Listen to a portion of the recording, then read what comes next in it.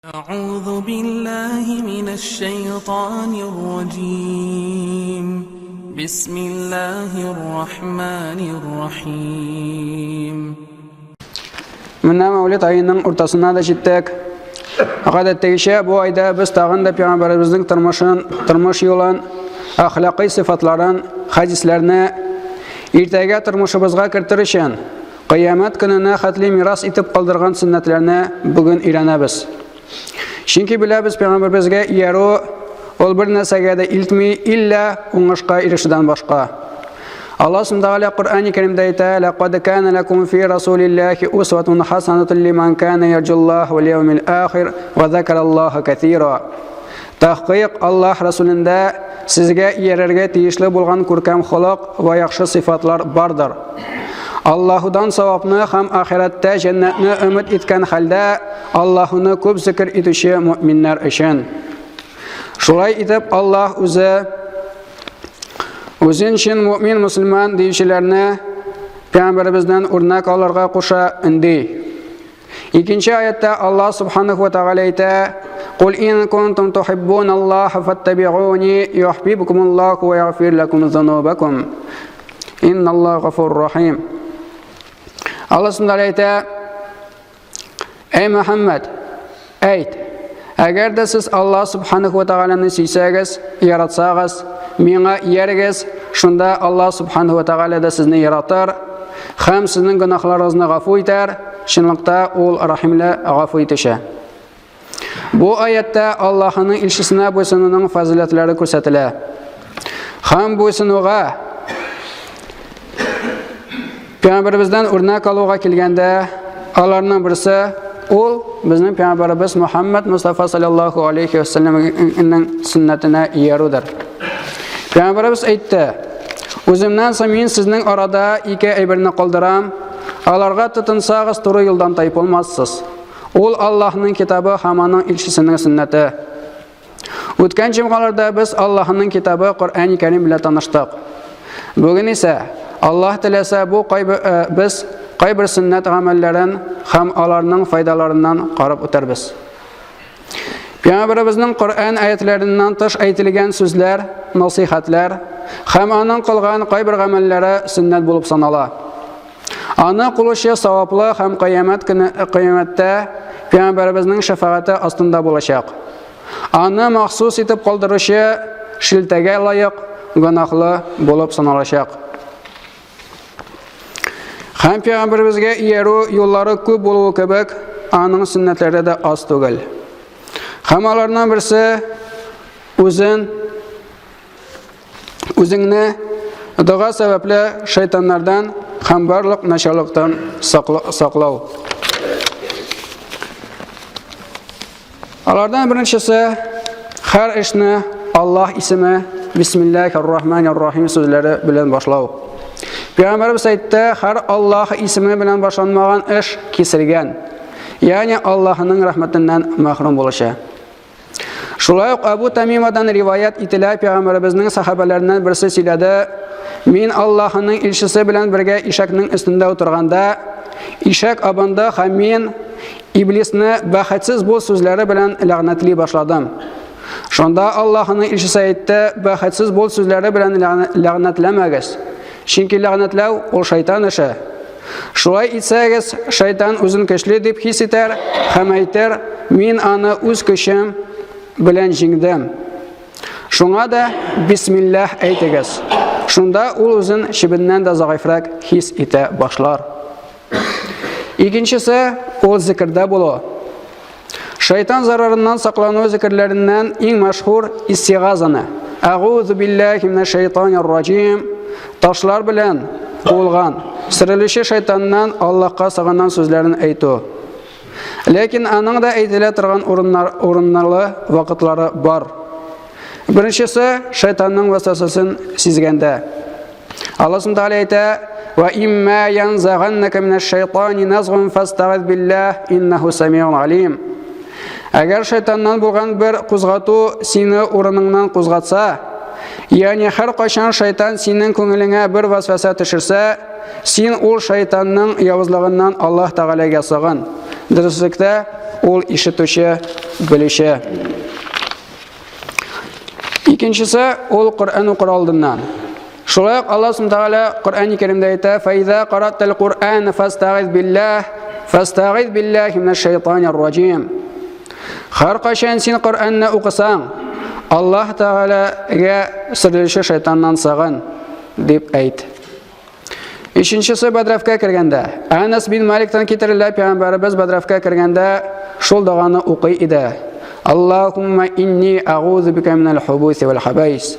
Эй Аллаһым, мин ират ва хатын зат булучы шайтаннардан сиңа сагынам. Дүртенчесе намазда. Җибәрдән китерелә, ул әйтте: Аллаһның илчесе намаз укыганда шундый сүзләрен әйтүен ишеттем: Аллаһу акбар кабиран, вальхамдулиллахи катиран, ва субханаллахи букратан ва асила. Аъузу биллахи минаш шайтанир раҗим мин нафхихи ва нафсихи ва хамзихи. Аллаһ бийек, шиксез мактау аңа.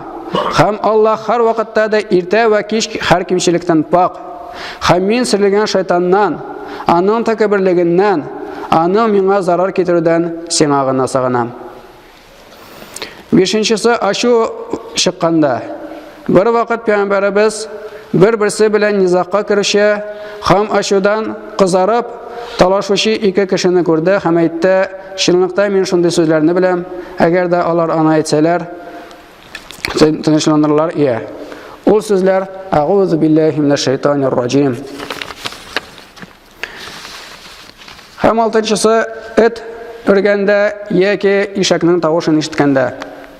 Абу Хурайрадан китерелә, Аллаһның илчесе әйтте: "Эт өргәндә яки ишәкнең тавышын ишетсәгез, Аллаһ Субханаһу Тааляга сагыныгыз.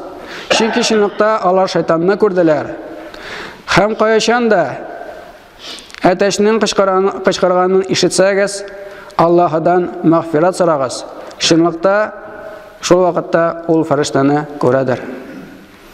Башка зикрләрдә Пәйгамбәрбезнең сөннәтенә күрә, мәсәлән, өйдән чыкканда Анас бин Маликтан китерелә, Пәйгамбәрбез әйтте: "Кем өйдән чыкканда бисмиллаһи таваккалту галаллаһ ва ла хаула ва ла куввата илля биллаһ әйтсә, ягъни Аллаһ исеме белән Аллаһка сагындым, һәм бер кемдә дә көч ва куәт юк Аллаһдан башка" сүзләрен әйтеп чыкса, аңа әйтәләр: "Син саклау астында һәм хидаяттәсең, һәм аңардан шайтан ерагайыр һәм әйтер үз иптәшләренә: Ничек сез Аллаһның химаясе астында һәм хидаяттә булучы кешегә карый аласыз?"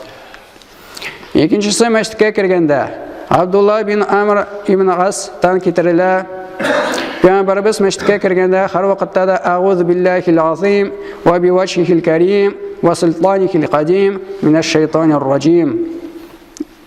Бөек булучы Аллаһка, аның күркәм йөзенә ва бетми торган хакимлеккә серлешә шайтаннан сагынам дип әйткән булган. Һәр начарлыктан сагыну. Абу Хурайрадан китерелә, бер кеше Пәйгамбәрбез янына килеп әйтте: "Эй Аллаһның илчесе, мине кичә төнне шаян чакты." Шунда Пәйгамбәрбез әйтте: "Әгәр төн җиткәч тә син аъузу биллаһи би калиматиллаһи таммати мин шарри ма халaq." Мин Аллаһның кимчелеге булмаучы сүзләре белән ул барлыкка китерүче һәр начарлыктан аңа сагынам дип әйткән булсаң, ул шаян сиңа зарар китермәс иде. Шул ук төргә керә торган дуга Абдулла бин Аффан дан китерелә, Аллаһның илчесе әйтте: "Һәр кайсы кем иртә ва кич бисмиллаһилләзи ла ядурру ма исмихи шайъун фил арди ва ла фис самаа ва хувас самиъул алим." Аллаһ исеме белән, ул исем белән җирдә ва күктә булучылардан бер кем дә зарар китерә алмас, һәм ул Аллаһ ишетүче, белүче сүзләрен әйтсә, аңа җир ва күк әһелләреннән бер кем дә зарар китерә алмас. Һәм әлбәттә, моның белән генә шикләнми, һәм без үзебезне мөмин мөселман дип йөртүче кешеләр, әлбәттә, күбрәк ул дуга зикрләрне белергә, өйрәнергә һәм тәкәбберләнеп миңа зарар ирешә алмас дип ялгыш уй фикерләрдән арынып сөннәткә кайтырга тырышырга тиешбез. Шулай итеп, Аллаһ Сүбхәнәһү безне һәр чакта да Пәйгамбәребезнең сөннәтенә ирешүләрдән, ул безне өйрәтеп калдырган дуалар белән кулланып, Аллаһыга якынлашулардан кылса иде. Пророк Мухаммад, да благословит его Аллах и приветствует, сказал: «Я оставил после себя две вещи. Если будете держаться за них, то никогда не собьетесь с истинного пути. Это книга Аллаха и сунна его пророка». Сунна – это такое действие. Если человек будет придерживаться ее, то он получит награду и удостоится заступничества нашего пророка Мухаммада алейхиссаляту вассаляма в судный день. Кто же намеренно будет оставлять ее, тот лишится этих двух милостей, перечисленных выше. Также Аллах Субханаху ва Тааля сказал: для тех, кто верит во встречу с Аллахом и судный день, и поминающих Аллаха многократно, есть в посланнике Аллаха хороший пример.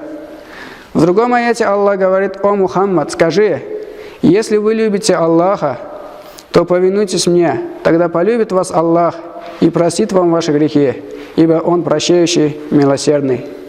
Именно эти аяты показывают превосходство и высокое положение тех, кто следует сунне нашего пророка.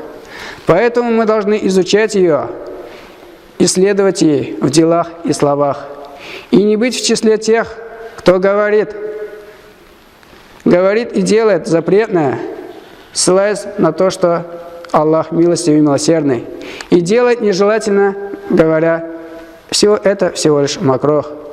Но в то же время оставляет сунну пророка, ссылаясь на те же самые слова: Аллах милосердный, это же всего лишь сунна. И да сделает нас Аллах из истинных последователей пророка Мухаммада саллаллаху алейхи вассаляма. بارك الله لنا ولكم في القرآن العظيم ونفعنا وإياكم بالآيات والذكر الحكيم إنه هو السميع الدعاء.